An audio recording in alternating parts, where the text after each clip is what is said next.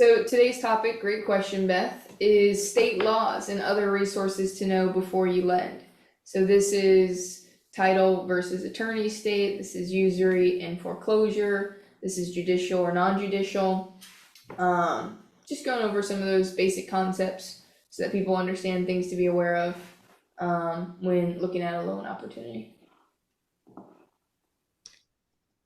I mean, honestly, it's really up to you. This is your time. If you feel like you want to push this or do this another time, I'm totally fine with that. I don't want to see you just talk to two or three of Well, us. I want to make sure, I mean, it's valuable information. I think we all agree. I want to Right. make sure it gets to the masses. So let me think here. What's the best thing to do? Oh, Sherry's there. What's going on, Sherry? Hey, not much. I saw you were trying to connect to audio for a while, so I'm glad you made it. Yeah, I have my grandkids in the house, so I'm like, oh, I just told. All right, I apologize. I'm gonna step out. I have one that needs to go be picked up. Say hi. No worries. Hello. This this is my granddaughter Aria. He's here. Love So it. cute. Hi, Aria. Good to meet you. For some reason, I was thinking it was a different time because did you change your time zone for Pacific time? Did it change? I'm in Eastern. I haven't changed Oh, yet, I was but thinking you're in Arizona. I forgot you're in Atlanta. That's Arizona why, because I was changed. like, I came on at 2 and I went, wait a minute, that was the wrong way. Yeah. So, if you decide to stay, I will come back in. If you decide to reschedule, I will definitely watch it then as well. I Awesome. apologize for being rude, but I gotta go step off and get No, one of no, my no grandkids. worries. Do your All thing. right, thanks. No worries. There's three more that said they're coming, so they may be a little late. So what I think probably makes the best sense. Here, let me pause it. So we'll move along as scheduled. So usury laws are the max amount that you can charge a borrower. Like I mentioned, where you're doing deals, Beth, the usury law is 60% annualized, which is insane. It's like who's ever going to charge more than that? But one thing that you should know is I used to send email introductions to title and say, hey, if the borrower is not current, our penalty for that is 10%. And what's 10% over the course of 12 months? 120, right? It's too much. So the attorney wrote back, this was a couple months ago. Attorney wrote back and said, hey, usury law in Georgia is 60%. You can charge 5% a month on the late payment and not be violating usury. Now, someone approached me recently and said, well, you charge 18% annualized and 5% if they're late. Isn't that too much? Like, if you add those together, isn't that too much? And what's important to note here is that we're charging 5% on the payment that's due, not 5% on the total loan. So they're two different, they're two different principal amounts that are getting that interest rate. So that was one really important differentiation to make. But state usury laws, they're different in every state. Some states have super low ones, some states have super high ones. Another thing to note about state usury laws, I actually have a sheet with a little bit of research on all the usury laws. However, I would advise anyone who's looking at the sheet to check with their local attorney. Why? Because usury laws have tons and tons of exceptions. Think about credit cards. Think about payday loans. Think about cash checking companies, right? Not everything is susceptible to usury laws. There are lots of exceptions, and so I always recommend people who are asking about it, I say, hey, whoever's closing the loan for you, ask them if your rate is usurious. Ask them if you are legally allowed to charge the rate that you're charging. So I'm dropping this link in the chat. It is a link to all the state usury laws that I have found over the internet. Be very careful. I would say this is about 75% accurate. The other thing to keep in mind about usury laws is they change. When I was putting this sheet together and researching this, I was reading literal laws that were written, and you look at 1970 and it was one thing, you look at 2011 and now it's another. So it's very important to consult an attorney on it. This is not legal advice at all. This is just a little bit of research that I did and tried to put together a little bit of a list, a guideline. But if you're trying to pick a market, this is really important information. Like, let's look at the ones who have 60% plus. Let's look at those markets rather than the ones that come up immediately as under 12%, right? Let's look at the markets where I can charge whatever I want potentially. So that covers state usury. Does anyone have any questions on that? I do. I'm curious. Have you found what the usury law is in Ohio? I know when we were at the mastermind, I was looking at at your list there and I didn't see it. And I did a little research and I feel like I wasn't sure I was coming up with the right answer. Yeah. I see you have the foreclosure in there. And I only asked because I live in Ohio, so I'm just kind of So curious. actually, I sent this sheet to a guy named Scott, and he said, "Hey, I noticed that California, Ohio, and Rhode Island are not on the sheet." And I was like, "Oh, I didn't even notice that." Ohio, based on research, is at 8%, but that can't be possible. It can't be possible. There's no way. There has to Okay. be some exceptions. So I'm glad you found the same thing because that's what I found, and I'm like, what? Like, of yeah. course I'm not going to do business here. Yeah.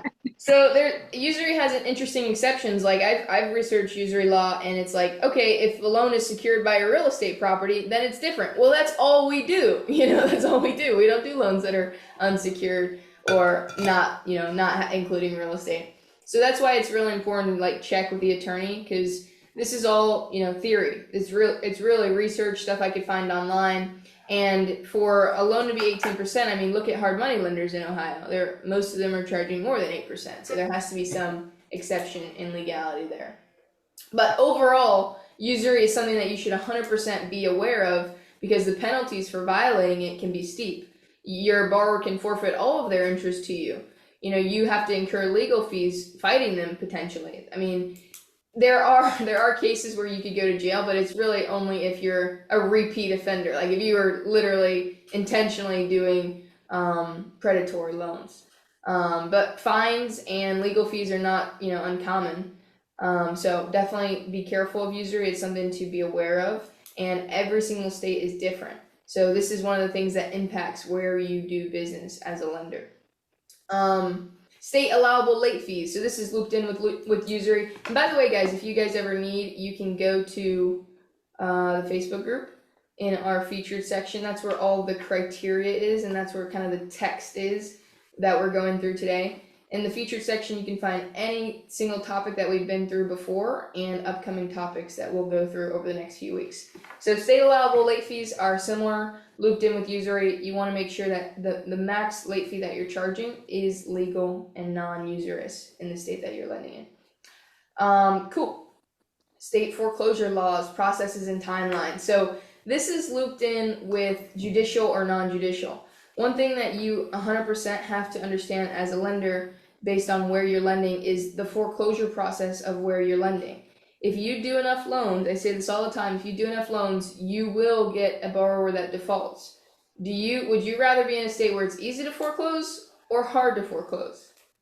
Easy, of course, right? We want to make sure that we can liquidate that property as quickly as possible. And in some states, unfortunately, it takes months, years. I've seen some states where it takes literal several years. Florida is one of them. I used to door knock foreclosures in Florida, and I would sit down with homeowners and I would ask, when did this start? And they'd say 7 years ago, and the bank still hasn't taken the house. It's insane. I'm not a big fan of Florida, but there's tons of people doing business there. You can be successful lending anywhere. You just have to be aware of these things. You have to hedge your risk and know what you're getting into.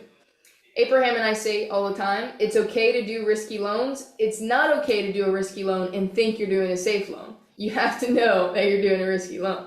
And that's fine if that's what you want to do. So state foreclosure laws and process. Foreclosure, a lot of people have a misconception that foreclosure means that they automatically own the house. That's not true. Foreclosure is the process of auctioning off the property. So you aren't automatically the owner. You are saying, okay, I lent $100,000 on this house. The borrower is 5 months late. Now I'm owed $115,000. That's 5 months plus attorney fees plus a pain in the ass fee. This is what I'm owed. And then the auctioneer will go to the audience and say, this bid starts at $115,000. And if no one bids on it, then the property's deeded to you. If people bid on it, great. Let's say someone bids on it for $120. You receive your $115, and the remaining $5,000 technically belongs to the second position or the borrower, whoever's next in line behind you. So that's one real clear distinction to know about foreclosure processes. The other thing that I'll say about that is people at foreclosure auction are not first-time home buyers looking to pay full price, right? They are investors just like you and me. And so they're going to these auctions and they're looking for a deal. They're looking for a discount on real estate property. So you have to be conservative when you think about what will this property sell for, number one, in its as-is shape, and number two, if I were to be the one who owned it, could I make money selling it in its repaired shape, its ARV, right? So those are the things to keep in mind when you are loaning, because foreclosure state laws will affect your loan. Now, I talked a little bit in the beginning about a judicial versus non-judicial. What does that mean? In a judicial state, in order to foreclose, you have to sue the borrower in court first. You have to take them to court first before you can ever auction off that house. Naturally, because of this, judicial states typically have a longer foreclosure timeline.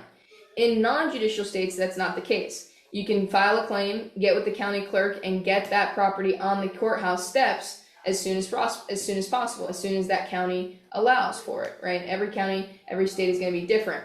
But traditionally, judicial states take longer than non-judicial states. And if you guys do your research on this, in the link that I shared, there is also which states are judicial and non-judicial. If you do your research on this, you'll find that some states are judicial and non-judicial. What does that mean? Well, which one do they do?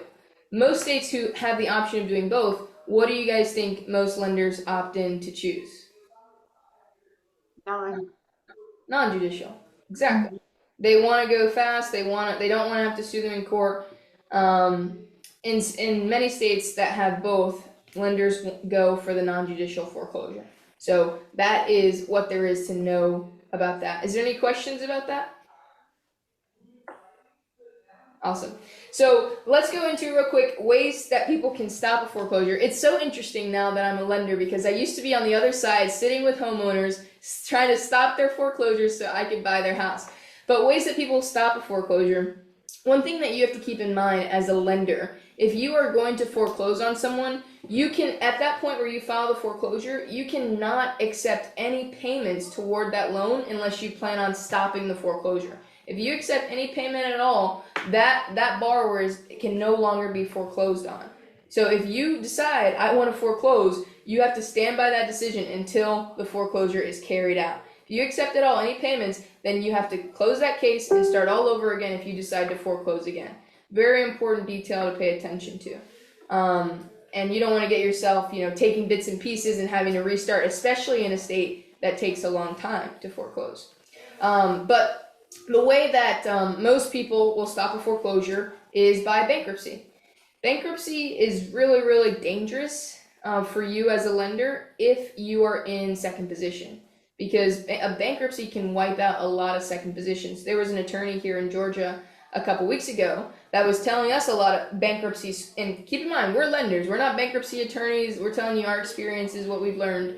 But there was a bankruptcy attorney here in Georgia the other couple weeks ago who was telling us that he has seen a borrower who filed bankruptcy and got all their second positions wiped out, included in that bankruptcy. So this is, this might be the 1 in 100, 1 in a million cases, but this is, again, just like usury, something to be aware of, things to consider when you're doing deals.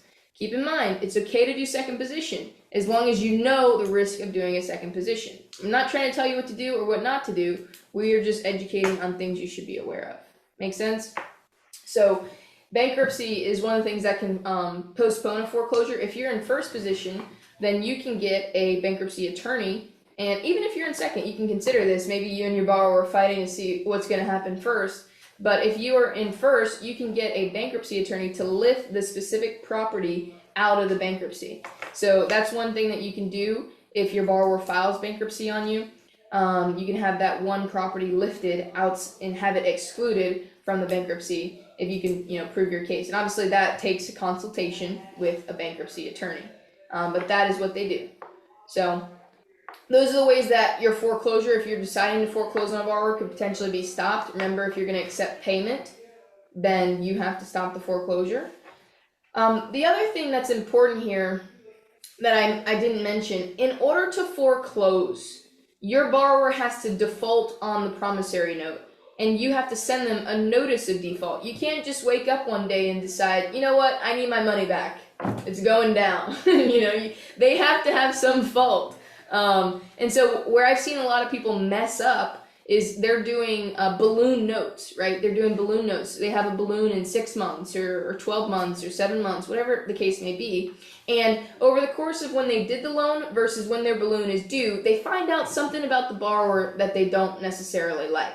Maybe they hear another gator isn't getting paid back, another lender's not getting paid back, maybe the borrower goes ghost, whatever it may be, something happens and they feel like they should foreclose.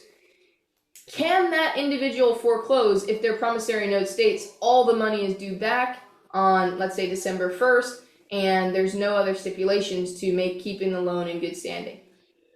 No, they can't. The borrower has to be in default to the promissory note, or you cannot foreclose. So whenever someone's doing a balloon, whenever someone's doing a second, I always advise them to have clauses in there that require some sort of weekly or monthly communication or check-in or requirement, so that if at any point your borrower ghosts you, your borrower doesn't give you the update, your borrower doesn't pay first position, they don't do something on a monthly basis, you have an opportunity to check the box or foreclose. But if you just make a balloon far from now, if you find out anything in between the moment you do the loan and that balloon, you have no ground to stand on. You can't foreclose even if you want to.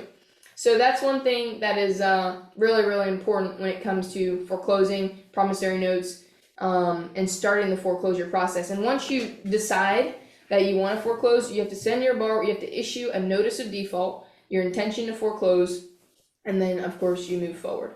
But that is the process. And this will differ a little bit state to state, but that's the typical process for starting a foreclosure. Your steps after that will differ a lot, being it be a judicial state or non-judicial state.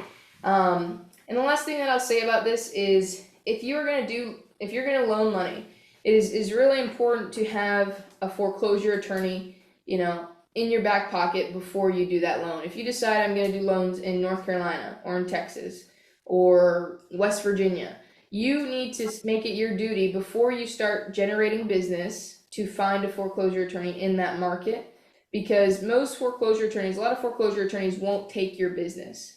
They want to work with large mortgage companies that have to foreclose a ton, who can pay their whole firm's, revenue, and you have 1 or 2 loans a year. It's just not worth taking on. So there's a lot of reasons, but it's important for you to have that foreclosure attorney who you've talked to, you built a relationship with, and you know exactly what they're willing to charge, exactly how much it takes. They've guided you through the process, and you know that if anything goes down, you can call them and get a hold of somebody to answer your questions and start the process for you. So that's that. Let's talk about times where you don't have to foreclose. I'm looking at the notes here. There's something called a deed in lieu of foreclosure. So let's imagine that you lent $100,000 on a property and your borrower is now defaulting and you have to foreclose. If there is a second position on that property, you do not want to take a deed in lieu of foreclosure. A deed in lieu of foreclosure is the action of the borrower signing over the ownership of the house to you. They're signing over the deed, hence deed in lieu of foreclosure, right? If there's a second position, you do not want a deed in lieu. Why? Because you will still have to pay that second position. If the borrower signs over the deed to you, you're in first and they're subordinate positions, you are responsible for that other debt. This is a major reason why we see hard money lending companies say no seconds. If you get a second, all your funding stops. This is one of the major reasons why. Because if there is a second position lender in place, the chances of the first position or the position that's lower taking a deed in lieu goes to zero. You do not want that debt. I'd rather foreclose and wipe out that position than take the ownership of the property and be responsible for paying that position. Does that make sense? Yep. Awesome. Cool. That is everything. Went through it super quick, but questions on usury, foreclosure, starting the process, things to put in promissory note, I'm all ears. You guys learned something today? Cool.